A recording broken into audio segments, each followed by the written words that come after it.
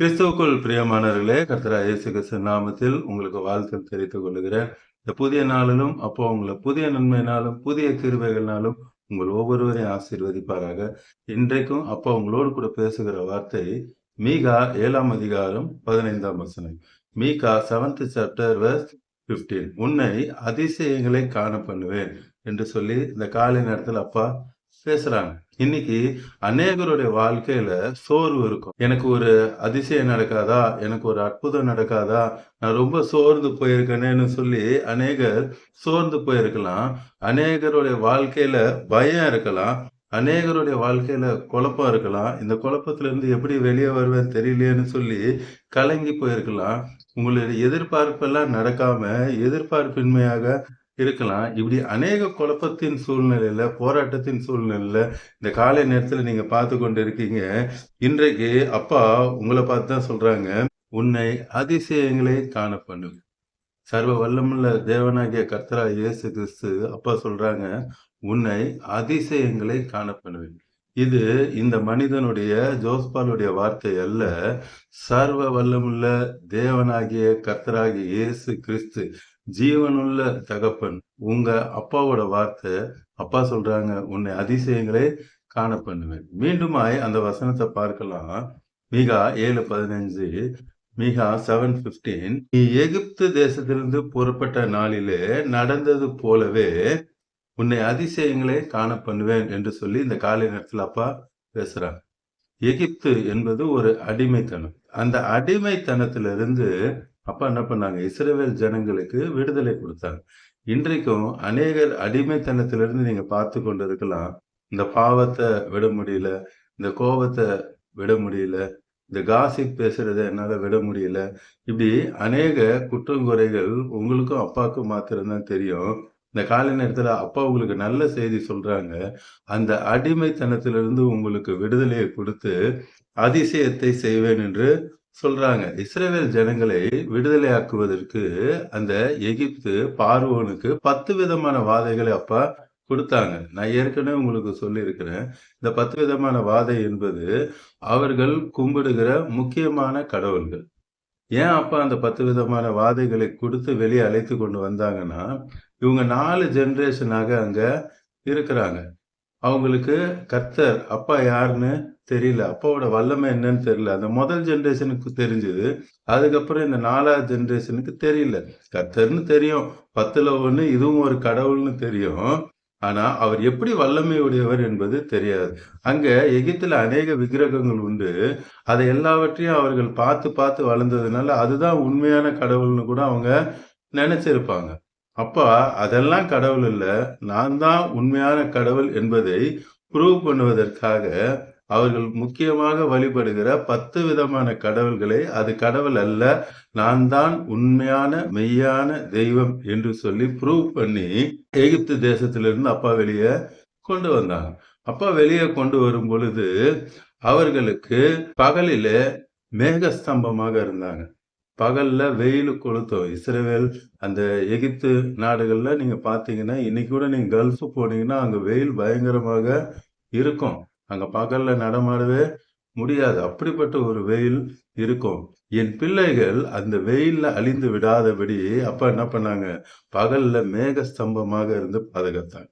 இந்த காலை நேரத்தில் அப்பா சொல்றாங்க, உங்களுக்கு பாதுகாப்பு கொடுக்க அவர் வல்லமை உடையவரா இருக்கிறார்.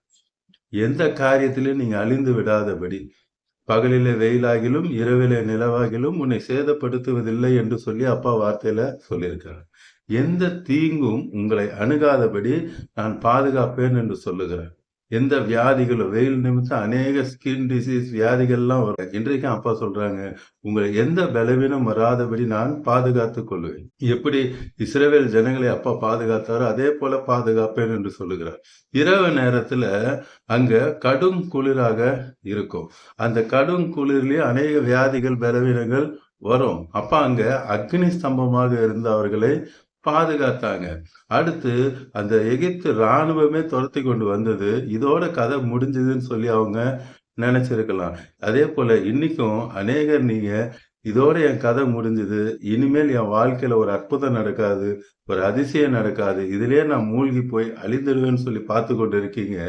அப்பா முன்பாக இருந்த அவ்வளவு பெரிய செங்கடலை 2ஆக பிளந்தார். அந்த 2ஆக பிளந்த அந்த செங்கடலை தம்முடைய பிள்ளைகள் கடந்து சென்று ஆசீர்வாதத்தை பெறும்படி செய்தார். இஸ்ரவேல் ஜனங்களுக்கு எதிராக வந்த அந்த பார்வோனும் அவனுடைய சேனைகளும் அதே செங்கடல்ல மூழ்கி அழிந்து போனார்கள். இந்த காலை நேரத்துல அப்பா சொல்றாங்க, உங்களை அப்பா அற்புதமா நடத்துவாங்க.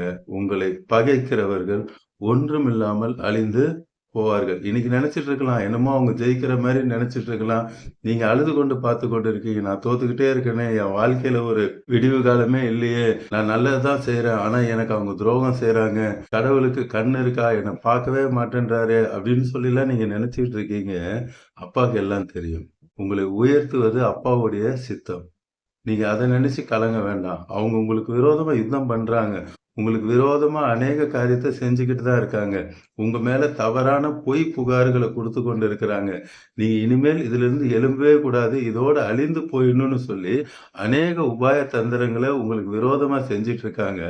ஆனா அப்பா சொல்றாங்க, நீங்க சேஃபாக செங்கடலை கடந்து போயிடுவீங்க. ஆனா அவங்க அந்த செங்கடல்ல அழிந்து போவாங்க. இஸ்ரவேல் ஜனங்கள் சாப்பிடுவதற்கு உணவு கேட்கும் பொழுது தேவதூதர்கள் உண்ணும் மன்னாவை 40 வருடம் அப்பா கொடுத்தாங்க. எவ்வளவு நல்ல தகப்பன் பாருங்க. இஸ்ரவேல் ஜனங்களுக்கு மன்னாவை கொடுத்த அப்பா இன்றைக்கு உங்களுக்காக, நீங்க அவங்களோட ஸ்பெஷல். இஸ்ரவேல் ஜனங்களோட நீங்க ஸ்பெஷல். இஸ்ரவேல் ஜனங்களுக்காக அப்பா ஜீவனை கொடுக்கல, பார்த்து கொண்டிருக்கிற கோடிக்கணக்கான அவருடைய பிள்ளைகளாகிய உங்களுக்காக ஜீவனை கொடுத்திருக்கிறார். உங்களுக்கு மன்னாவை கொடுக்க அவர் வல்லமையுடையவரா இருக்கிறார். இன்னைக்கு எந்த மன்னா உங்களுக்கு வேணும்? என் பிள்ளைகளுக்கு திருமணம் ஆகல அப்படின்னு சொல்லி பாக்குறீங்களா? அந்த மன்னாவை தருவார். என் கடன் பிரச்சனை இன்னும் தீரலன்னு சொல்லி அழுது கொண்டு பார்த்து கொண்டு இருக்கிறீங்களா? அந்த மன்னாவை இன்று அப்பா தருவாங்க. எனக்கு மந்திரம் செஞ்சுட்டாங்க, சூனியம் செஞ்சுட்டாங்க, எனக்கு ஒரே பிரச்சனையா இருக்கு, நான் எதை செய்தாலும் எனக்கு நன்மையாவே நடக்க மாட்டேங்குது, பிசாசோட கிரியை அதிகமா இருக்குன்னு நினைச்சு பார்த்துட்டு இருக்கிறீங்களா? இன்னைக்கு அப்பா உங்களுக்கு மன்னாவை தருவாங்க. எல்லா அசுத்த வல்லமைகளை துரத்தி இந்த காலை நேரத்துல அப்பா உங்களுக்கு அற்புதத்தை செய்ய போகிறாங்க. எனக்கு ஒரு நிலையான ஒரு வீடு இல்லை, வாடகை வீடு மாறிக்கிட்டே இருக்கிறேன், எனக்கு ஒரு நல்ல வீடு வேணும்னு சொல்லி நினைக்கிறீங்களா? இன்னைக்கு அந்த மன்னாவை அப்பா உங்களுக்கு கொடுக்க போறாங்க. அப்பாவோட வார்த்தை யோவான் 11:40 சொல்றாங்க. ஜான் 11:40 நீ விசுவாசித்தால் தேவனுடைய மகிமையை காண்பாய். நீ விசுவாசிச்சினா தேவனுடைய அற்புதங்களையும் அதிசயங்களையும் நீ காண்பாய். அங்க லாசரு செத்து போயிட்டாங்க. அப்பா மரித்து போன லாசருவையே உயிரோடு வர வைத்தார். உங்களுக்கும் அந்த விசுவாசம் இருந்தா போதும். இன்னைக்கு உங்க வாழ்க்கையில எந்தெந்த காரியங்கள் ஆசீர்வாதம் போய்விட்டது என்று சொல்லி நீங்க நினைத்து கொண்டிருக்கிறீங்களோ எல்லாவற்றையும் அப்பா திரும்ப கொடுக்க வல்லமையுடைய தேவனாக இருக்கிறார். இன்னைக்கும் விசுவாசத்தோட கேளுங்க. உங்களுக்கு அப்பா நிச்சயமா ஒரு வீட்டை உண்டு பண்ணுவான். உங்க கடன் பிரச்சனை மாறும். இன்னைக்கும் பிரெக்னண்டா இருக்கிறேன், எனக்கு ஒரு சேஃப் டெலிவரி ஆகணும்னு பாக்குறீங்க, உங்களுக்கும் அப்பா சொல்றாங்க, கர்ப்ப வேதனை படுமுன் பிள்ளையை பெற்றால் என்ற வார்த்தையின்படி உங்களுக்கு அந்த மன்னாவை கொடுத்து இந்த காலை நேரத்துல ஆசீர்வதிப்பாங்க. அதே இஸ்ரவேல் ஜனங்கள் சொல்றாங்க, நான் எவ்வளவு நாள் தான் மன்னாவை சாப்பிடுறது, எவ்வளவு நாள் தான் நான் வெஜ்ஜு சாப்பிடுறது, எனக்கு நான்வெஜ் வேணும்னு கேட்கும் பொழுது காடைகளை கொடுத்தாங்க. கொஞ்சம் யோசிச்சு பாருங்க. 20 லட்சத்துக்கு அதிகமான மக்களுக்கு காடைகள் கொடுக்கணும்னா எவ்வளவு காடை வேணும்? அந்த கால்குலேஷன் பண்ணி பாருங்க, நமக்கு மண்டையே குழம்பிடும். சர்வ வல்லமுள்ள தேவன் உங்களுக்கு என்னது தேவை என்பதை அவர் அறிந்திருக்கிறார். இந்த காலை நேரத்துல சொல்றேன், உங்க கடன் பிரச்சனை அவருக்கு ஒண்ணும் இல்லைங்க. அவர் எல்லாவற்றையும் மாற்ற வல்லமையுடையவரா இருக்கிறார். இன்னைக்கு நீங்க என்ன பிரச்சனையோடு கூட கடந்து போறீங்களோ அதை மாற்ற அப்பாவுக்கு வல்லமை உண்டு. ஒன்னே ஒண்ணு, விசுவாசம் வேணும். சொல்லுங்க, கர்த்தர் நிலையான வீட்டை எனக்கு உண்டு பண்ணுவார். அப்பா எனக்கு நிலையான வீட்டை உண்டு பண்ணுவார். அந்த வார்த்தையை சொல்ல சொல்ல அந்த வார்த்தை ஜீவனாய் போய் உங்களுக்குன்னு அந்த வார்த்தை ஒரு இடத்த பார்த்து, அது எத்தனை கோடியா இருக்கட்டுங்க, அப்பாவுக்கு பெரிய விஷயம் இல்லை. உங்களுக்குன்னு ஒரு லேண்டை பார்த்து, அதுக்கு ஒரு இன்ஜினியரை பார்த்து, ஒரு வீட்டை உங்களுக்கு முன்பாக கொண்டு வந்து நிறுத்த அப்பாவுடைய வார்த்தைக்கு வல்லமை உண்டு. ஆதியாகமம் 1ஆம் அதிகாரத்துல அப்பா வார்த்தை பேசினாங்க. வார்த்தையினாலதான் உலகம் சிருஷ்டிக்கப்பட்டது. அவருடைய பிள்ளைகளான நீங்களும் வார்த்தையை பேசும் பொழுது இல்லாதவைகள் இருக்கிறவைகள் போல் வரும்.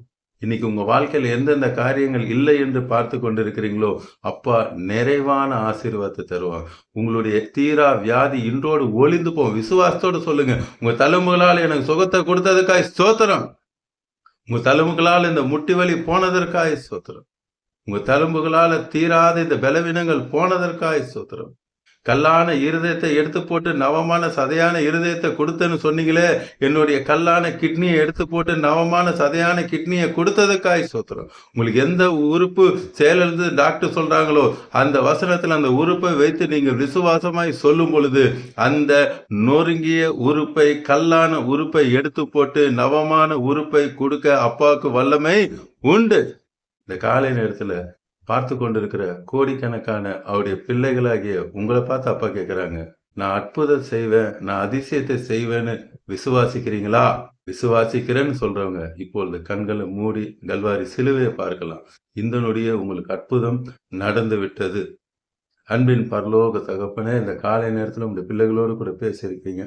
எல்லாம் தீர்க்க தரிசனமாய் நீர் பேசினீரப்பா. பார்த்து கொண்டிருக்கிற கோடிக்கணக்கான மக்களுக்கு இன்று வார்த்தையை பேசிக் கொண்டிருக்கும் பொழுதே மிராக்கள் நடந்ததுக்காய் ஸ்தோத்திரம்.